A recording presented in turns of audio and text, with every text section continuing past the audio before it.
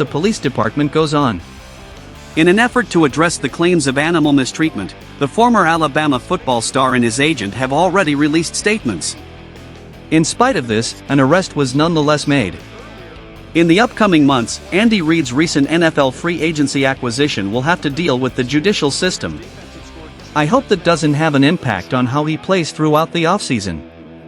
Isaiah Buggs turned himself in to the Tuscaloosa Police Department voluntarily. According to Adam Teicher of ESPN, the Chiefs' DE and former great defensive back for Alabama was later freed on a $600 bond. A hearing on June 13 will now mark the beginning of his legal battle over the accusations of animal cruelty. After the arrest, the huge man simply drove off with his vehicle and continued to refuse to comment on the circumstances. The majority of Isaiah Buggs' charges and arrest are based on what the Tuscaloosa police observed on his front porch. They noted that there was no food or water available for the two dogs that were abandoned in his home. The animals appeared to be deserted, both of them. In addition, the two looked as though they had not eaten in a while in the flat that the Chiefs' recent NFL free agency edition was rented. Eventually, the pit bull, one of the dogs, had to be put down. Chiefs DE provides an account of the events.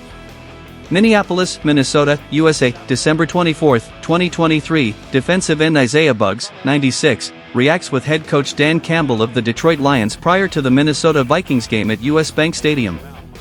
Required citation, USA Today Sports / Jeffrey Becker copyright USA Today Sports. But after the accusations, things really took a turn. He clarified that the former Alabama football defensive end was only facing charges because the prosecution was attempting to suspend his hookah establishment's business license. Even the Tuscaloosa Police Department was criticized by the Chiefs' big man's camp for the cases that had been brought against him. They went so far as to emphasize that the dogs discovered nearby did not belong to Buggs. We think that the city of Tuscaloosa's move to press charges today is a part of a deliberate attempt to damage Mr. Buggs' character and identity as a part of a persistent subversive effort to compel the closure of his neighborhood establishment, King's Hookah Lounge. These initiatives are not brand new.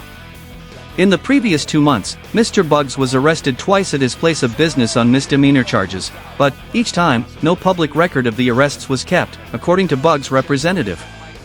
They went on to say that this was a ploy to obtain the business license of the Chiefs player. The city offered to dismiss and not pursue the claims in exchange for Mr. Buggs' business license, using the threat of doing so as leverage over him and the publicity surrounding both the allegations filed today and these arrests. They said, Mr. Buggs turned down the city's offers. In order to assist Chris Jones, Andy Reid, and the Chiefs signed him to an NFL free agency contract.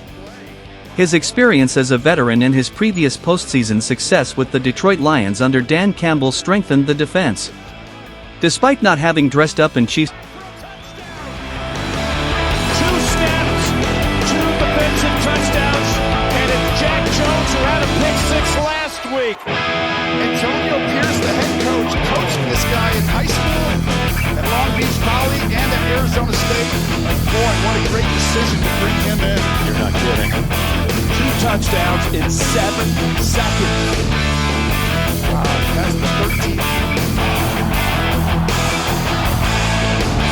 They fake the snap to the quarterback, go to the up back, and it is he Ross? Brandon Bolden has the football. Yes, it is. He's got the 2. Brandon Bolden